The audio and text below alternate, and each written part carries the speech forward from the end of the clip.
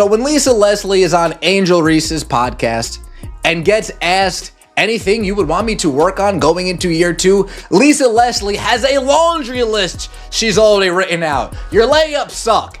Your layups suck. You can't finish. You can't finish. You can't. Lisa Leslie had a When Lisa Leslie appeared on Angel Reese's podcast, she didn't hold back. Asked what advice she'd give Reese as she prepares for year 2, Leslie didn't just offer a few words of wisdom, she came with a laundry list. Your layups need work. You can't finish, Leslie pointed out, not holding anything back. For those of us watching from the sidelines, it raises an interesting question. What happens when a rising star's ego gets ahead of her game? Enter Unapologetically Angel, the podcast where Angel Reese gives fans a peek behind the curtain of her life, both on and off the court. But, in a twist no one saw coming, it's turned into a bit of a spectacle. Despite her best efforts, Reese can't seem to shake off the shadow of Caitlyn Clark, even on her own podcast. Every episode, no matter who she's talking to, somehow loops back to Clark.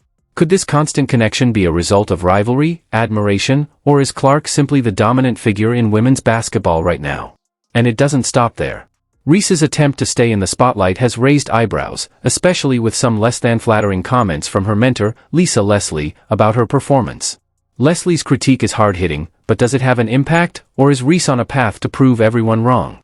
With all eyes on her, Reese's podcast has taken a turn toward unintentional comedy, filled with awkward moments and cringeworthy conversations. But as the basketball world watches, one thing's clear, Reese's journey is only just beginning, and the drama surrounding... That's what's called Unapologetic Clout Chasing of Caitlyn Clark podcast, hosted by... has turned into a kind of reality show, one that's less about basketball and more about navigating personal egos, rivalries, and media attention. And no matter what Reese does, Caitlyn Clark seems to linger in the background.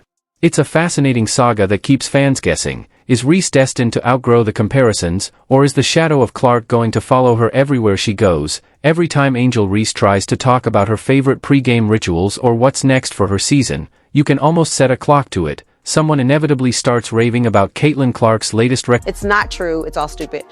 And also, now they may be mad when I say this, because it's funny to me. Like, when I look at the number 22s in the league, like I was 22, Asia's 22, Caitlyn's 22. Like those are some hell of a good number 22s. And platform to speak out, but it keeps coming back to Clark. It's a bit of a head scratcher. How does Reese feel about constantly being compared to Clark? Reese reflects on how these comparisons have impacted her career, admitting that even the smallest moments, like a gesture or a word, can change your life forever. But here's the twist. All this Clark-centric chatter may actually be helping Reese more than hurting her. Every time Clark's name gets mentioned, people take notice of Reese's podcast. Whether it's to criticize or praise, all the talk about Clark is putting Reese in the spotlight, which is exactly what she needs to keep her name out there.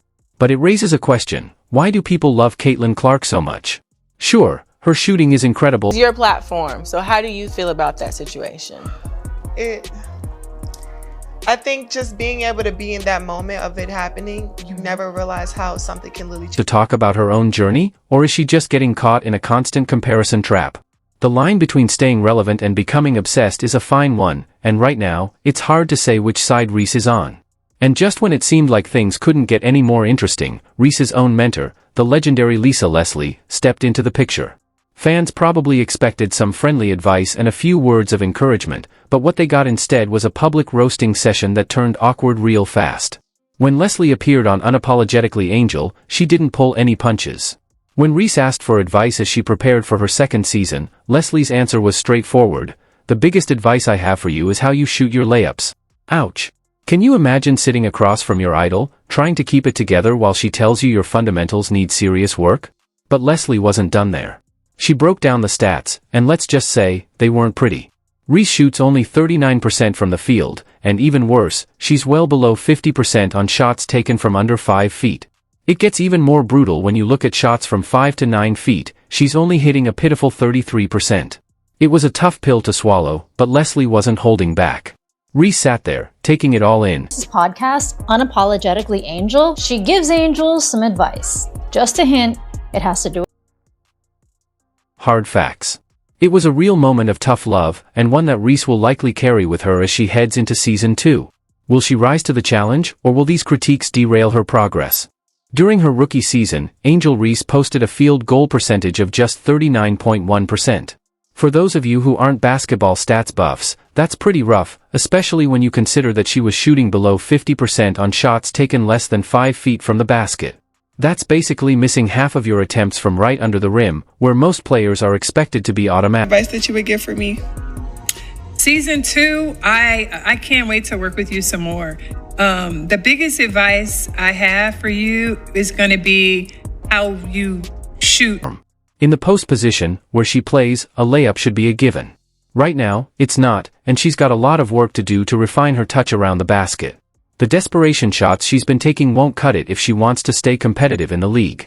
Imagine this scene: Reese, probably sweating bullets, trying to hold it together while her idol, Lisa Leslie, keeps dropping truth bombs. It's like watching a slow-motion train wreck, you just can't look away. The tension in that studio must have been so thick, you could have cut it with a knife. After all, this is the same Angel Reese who faced allegations of stat padding all season, which even led to her coach getting fired. It's no surprise, then, that when Kennedy Carter left Chicago, she couldn't resist roasting Reese on her way out. Carter took to Instagram, dropping Down right here, and she shoots an abysmal 39% from the field. She shot below 50% on shots less than 5 feet away with layups all season long, and Carter's cryptic tweet felt like a direct shot. When you're a pro athlete, spilling tea on social media is basically a sport of its own.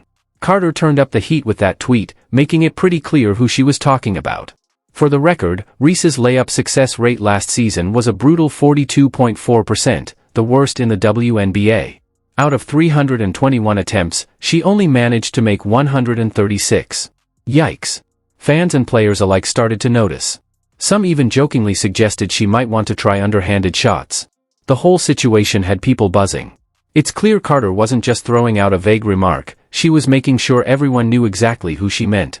Now that Carter's been cut from the team, things seem even more obvious. Fans are pointing out the timing of her tweet, wondering if there's some deeper story behind. post position that she's in, a layup is supposed to be a given. She needs to improve her touch around the rim, like all over the place, but it's also clear that Reese has a lot to prove if she wants to shake off these comparisons and critiques. After Kennedy Carter shared a graphic that highlighted Angel Reese's lackluster layup percentages, she couldn't resist commenting on it. Translation for those not fluent in Twitter speak: you nailed it, not gonna lie. Subtle? Not so much. But here's the thing, this public critique isn't just about Reese's shooting percentages. It speaks to larger concerns about her style of play and her overall approach to the game. When someone like Lisa Leslie, a true WNBA legend, takes the time to break down your weaknesses so thoroughly, it's clear these aren't just rookie mistakes, they're signs of deeper issues. And the question remains, has nobody sat Reese down before now to talk about these glaring flaws? From the time she was 17 to 23 years old, Reese's interactions with the legends of the game should have included more constructive advice, but instead, it seems like those opportunities for mentoring were missed. With players like Leslie, who's been through it all, Reese could have had more guidance. Now, it feels like those crucial moments have passed. It leaves you wondering, what does this mean for Reese's relationship with Leslie? Is this the end of their mentorship, or could this tough love be the wake-up call Reese needs? After all, when a legend like Lisa Leslie gives you a critique, you'd better listen. But the drama didn't stop with Leslie. Just when you thought Angel Reese's podcast couldn't get more awkward, enter Shaquille O'Neal, her self-proclaimed father figure. Instead of offering a shoulder to cry on after Leslie's tough advice, Shaq came ready to drop his own truth bombs, and these were anything but typical fatherly words of wisdom. Reese had hoped for some comforting words from Shaq, but instead, she got a full-blown reality check. Shaq didn't hold back, calling out Reese's game with a level of bluntness only he can deliver. She can't be Rookie of the Year, 'cause all she does is flip shots, he said, showing no mercy. Now, having a basketball legend like Shaq in your corner sounds like a dream, right? For Angel Reese, it turned into a bit of a nightmare. Instead of giving her a comforting pat on the back, Shaq took a more savage approach, leaving Reese even more obvious. Somebody said, LOL, you ate down. Now, this tweet right here just popped up here. Somebody tried to come into the defense of her because we know she's a free agent, so name. This comparison wasn't just unexpected, it was a serious reality check for Reese, who's likely dreamed of being the next WNBA legend. But Shaq wasn't done with his tough love. He didn't just critique Reese's game, he went straight after her layup technique, calling it out for what it is. All she does is flip shots. That's got to sting, especially coming from someone who was a dominant force in the paint like Shaq. And let's be honest, the Antoine Jamison comparison wasn't the compliment Reese was hoping for. Jamison might have scored over 20,000 points in his NBA career, but he's far from a Hall of Famer. This isn't exactly the kind of comparison that elevates your status as an up-and-coming star in the WNBA. It's a stark reminder that Reese has a long way to go before she... So every time she would meet a legend or meet somebody in the WNBA, meet a player, instead of saying, "Hey, Angel, let me talk to you real quick," instead of looking out for her, you guys just do from a place of belief in her potential. Shaq clearly sees something great in Reese, but he's making it clear that she won't get there without addressing the fundamentals of her game, starting with those layups. That was the tough message Shaquille O'Neal delivered to Angel Reese. While telling her not to compare herself to others, he did exactly that by comparing her to Antoine Jamison, someone with a solid career, but certainly not a household name. It was a mixed message: don't worry about what others are doing, but also, you're not as good as you think you are. In essence, Shaq labeled Reese a role player, not a star, and certainly not a superstar or a legend. He said, "You remind me of Antoine Jamison. A solid player, put up 20,000 points, but no one really talks about him." To put it bluntly, Shaq just knocked Reese down a peg in front of a public audience. On one hand, it's an opportunity for Reese to learn from one of the greatest centers to ever play the game.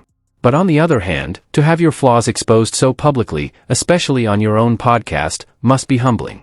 It was a reality check that Reese likely didn't expect, and one that many would find difficult to swallow. As cringeworthy as that podcast episode was, it might be just what Reese needs.